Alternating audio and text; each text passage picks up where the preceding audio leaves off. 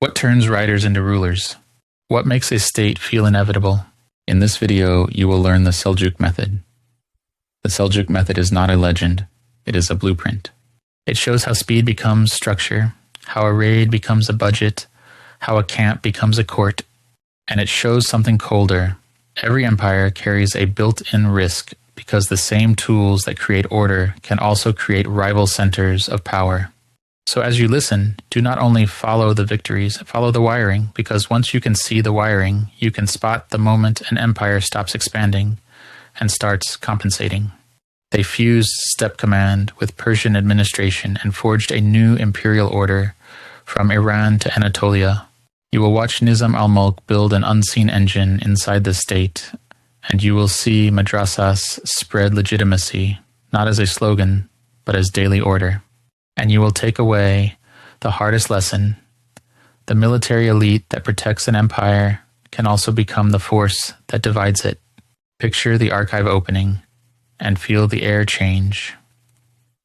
In the 11th century, the lands between Khorasan and Anatolia were stitched by trade and torn by competing claims. Ancient cities still held clerks and scholars who remembered older empires and kept their instruments of rule close at hand. Tribes moved with season and opportunity across corridors of pasture where borders were more rumor than wall. The Seljuks arrived as a family of commanders, still learning the weight of crowns and the discipline of courts. They carried speed and cohesion and the instinct for the decisive hour, yet victory alone is only a door. An empire begins when conquest learns to govern and when governance learns to endure. The Seljuk rise was less a destruction of the Persian world than a reactivation of its machinery, redirected by new hands. Steppe motion put on the robes of administration, and law became an instrument of stability. Baghdad still carried the shadow of the Abbasid Caliphate, and the Seljuks learned to rule beside sacred prestige as protectors of order. They held the sword, older institutions held the language of legitimacy, and together they calmed a restless landscape. The first mechanism was leadership that could move without losing authority. Seljuk power spoke through presence and reward, and it struck with the clarity of cavalry. But a charge fades once the horses pass, so the Seljuks needed records, judges, and predictable income. They reached into Persian statecraft and made it a second spine of rule, and this was the turning point. Nizam al-Mulk became the architect of that spine, making government portable across mountains and deserts. He built offices that could survey land and collect revenue without constant violence, and he tied governors to the center through procedure. He turned taxation into pay, and pay into obedience, so the Sultanate gained a memory that could outlive one commander. With that memory, the court could plan seasons ahead and demand loyalty in writing, as well as fear. A state that remembers can appoint, audit, and punish at distance, while still rewarding those who keep the machine running in every province. And this matters because paperwork is not boring, it is power. A seal on a document can move grain, move soldiers, move a judge, without the Sultan ever leaving his palace. When authority becomes routine, it stops looking like conquest and starts feeling like normal life. The second mechanism was education, built as infrastructure. Madrasas were placed like lamps along strategic towns and routes, so scholars could travel and the court could recruit. They trained jurists who interpreted Sunni law in daily disputes, and administrators who spoke one legal language across far regions.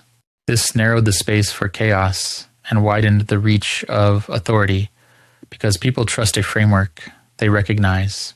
Scholarship gained protection, the court gained legitimacy, and a shared script of order spread from mosque to market. Merchants planned routes with fewer surprises, and local elites bargained with officials who followed known rules even when politics turned rough. Young minds learned categories the state could manage, and debate stayed inside boundaries that were legible. A realm is easier to govern when its arguments share the same grammar, and in this way, ideas became infrastructure. And notice the quiet effect. When a court can hire judges and teachers and administrators from the same training stream, the state begins to reproduce itself, not by blood, but by habit.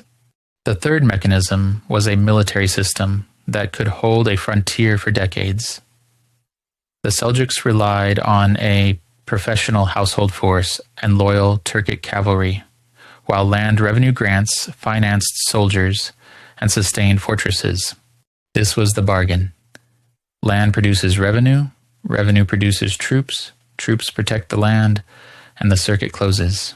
But the same bargain also plants a seed, because whoever controls the land revenue locally can start acting like a ruler locally. Passes were watched, roads were secured, and after Manzikert, Anatolia shifted from frontier to heartland.